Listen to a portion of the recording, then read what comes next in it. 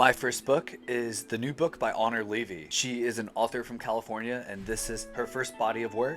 I first read poetry from Honor on Forever magazine, which is one of my favorite new literary magazines that are out right now. I highly recommend checking it out.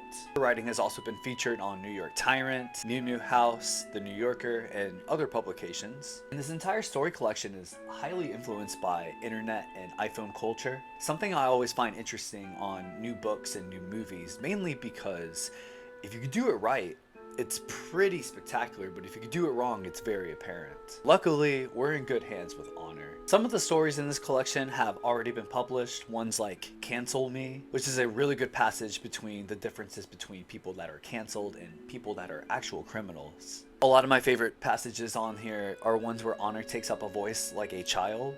I'm 11. I'm on a safari on the internet after school in my bedroom on my computer, my 2006 Apple MacBook Intel Core Duo 2.0 white 2 GHz 2 GB memory laptop computer.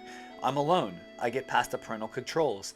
I am so hungry to know what's out there. It's 2008 and I am so little and so free and so empty, and there are 186,727,854 websites on the internet. The longest passage on here is one called Z for Zoomer, which is a glossary of a bunch of terms that have been made up recently, ones like edgelord, doomer, based, and to some of you on paper this may sound a little cringe or something, but Honor keeps things very informative and always entertaining. She's never mechanical either. On the longer passages like Z for Zoomer, there's characters that come in and out. And one of the best things about this entire body of work is her love of language. Nerf is a word that leaked off a toy and into the video game world and back out into our Gen Z vocabs.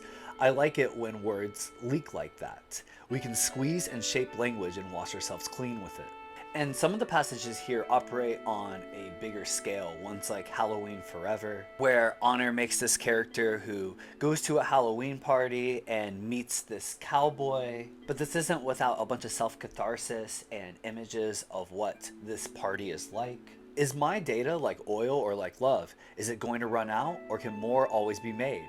I traded my face for other versions of my face. Here I am with a longer, cartoonier tongue. Here I am as a man. Here I am as a clown. Here I am with a rainbow dripping out of my mouth.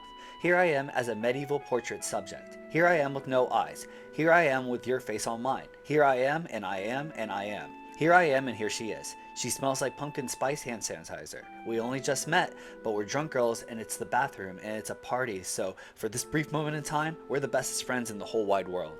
I also like her idols into womanhood that are portrayed on Written by Sad Girl in third person. She has never had to need. She's always been somebody's baby. Maybe that is why she feels the need to have her own. Maybe wanting a baby and wanting to be a baby are what womanhood are all about. Maybe she can find some comfort in that. There's also a great sentence on the story where the character explains that whenever she hears a baby crying, that her lizard brain pays attention to it. Not that she cares, but she's just aware of it. And while it may not be for just everyone, I think it's very clear that Honor is a great writer. You can easily compare her to her contemporaries that could be featured on Forever magazine. But on the grander scale stories, ones like The End, I couldn't help but to think of like David Foster Wallace. So while if you're someone that doesn't really partake in newer writing but wants something different, I would recommend checking this book out.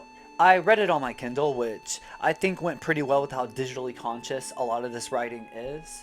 I checked out the book at a bookstore. The slipcase has that kind of paper where the fingerprints are easily smudged, but the writing inside, the font, everything, it looked really good. It's published by Penguin Random House, so they usually do pretty well. And I will say, as much as I did like this book, it's very short. It's around 200 pages, and it did take me a little while to get through, only because there's really no off button here. The writing is consistently sugary, ironic, and clever too. Maybe this book would work best for you if you're reading it in between a novel, or if you just take it down all in one night. Regardless, I think this is a great piece of work, and Honor has a huge career ahead of her. I would love to see her canvas broadened even more on a novel, or I'd love to see what she would do on a movie, like a screenplay. I think it would be really cool, but for now, my first book, I would give this a 7.4. It is available in bookstores now and is released by Penguin Random House. Thank you for watching.